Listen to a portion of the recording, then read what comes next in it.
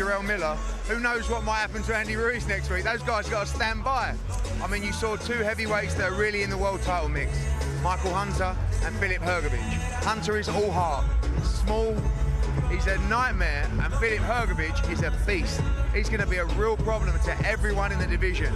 I'm not sure they're going to be queuing up to fight him, but you know, we're 7 days away from the big debut. Anthony Joshua, Unified Heavyweight World Championship at Madison Square Garden against Andy Ruiz. And Ruiz is on this. He's trying to make history, the first Mexican to become World Heavyweight Champion. We can't wait.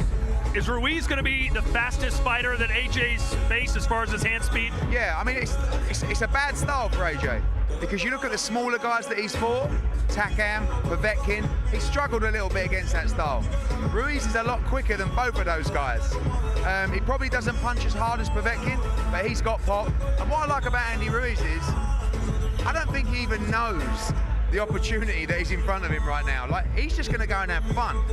He's going to let his hands go. He said he's going to try, like I said in his interview, Mike Tyson style, get on the inside, work Joshua's body, let the big hooks go over the top. This is going to be a firefight. Joshua's got to be on this. Everybody's talking about Deontay Wilder, the undisputed fight. When's it happening?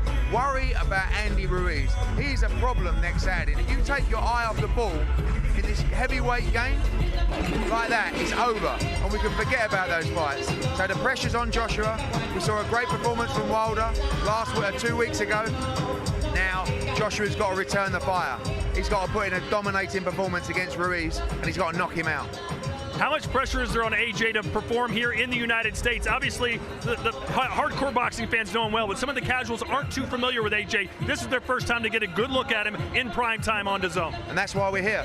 You know, we're here to show the American fans and everybody in America how big a star Anthony Joshua is. You will not believe the show next Saturday. We've got a great undercard, and when this man walks to the ring, there will be fever in New York. We've sold tickets to over 50 countries attending MSG next week. We've got about 8,000 Brits coming.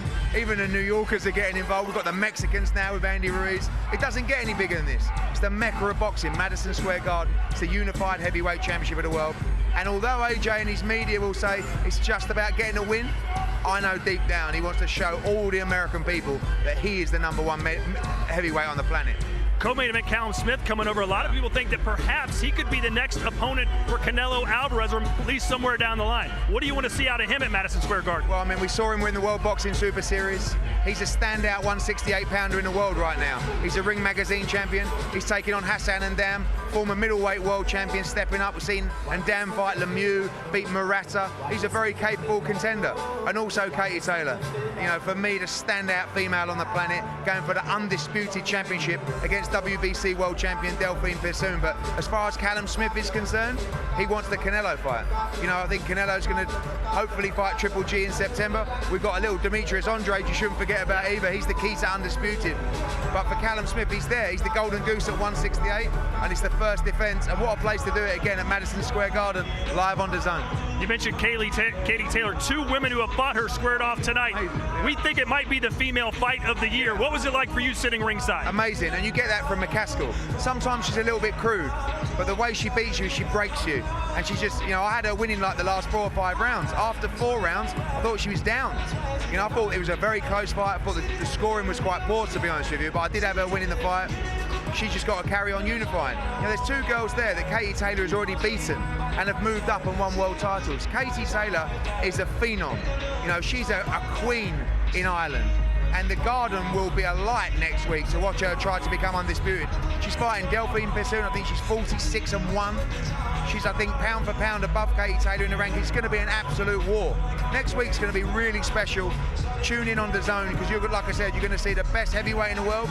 You're going to see the best super middleweight in the world in Callum Smith. You're going to see the best female fighter in the world in Katie Taylor. And you may see one of the future all-time great fighters in about 10 minutes in Devin Haney. Yeah, Devin Haney. This fight night was supposed to be based around Alexander Usyk, who suffered an injury. How did Devin Haney convince you not to cancel the card and to elevate him into the prime time position in his DAZN debut? Well, sometimes things just happen. You know, fate happens. And of course, we're here for Alexander Usyk's heavyweight debut. It's always a nightmare, you know, when that happens. But we were there. Devin Haney, I see him as a superstar. He's got a tough fight against Antonio Moran tonight. But he's 20. He's a baby, but he's getting a chance on the big stage tonight. There's a lot of pressure. Everybody's talking him up. He's talking the talk. Can he walk the walk? Let's find out. Yeah, you've been in this game a long time. Your dad, obviously, before. You've seen some great prospects. He's saying that he could possibly be the next big thing, like on a Floyd Mayweather scale. Do you believe that hype? I do, but I don't want to say too much before this fight.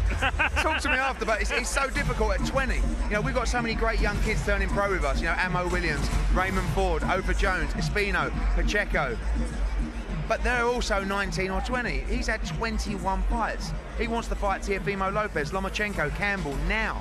And if he wins tonight, he'll get a final eliminator for the WBC, and he'll fight the winner of Lomachenko-Campbell. It's really before his time, but he also won't be at 135 too long. He's a big kid who's growing. So I think he wants to win a world title at lightweight, move through the gears at 140. This guy's got aspirations to be a multi-weight world champion. Let's just get through tonight first. Like you said, he can talk the talk. We'll see if he walks the walk. You always do it. Thank you. Cheers, Eddie Hearn, ladies and gentlemen.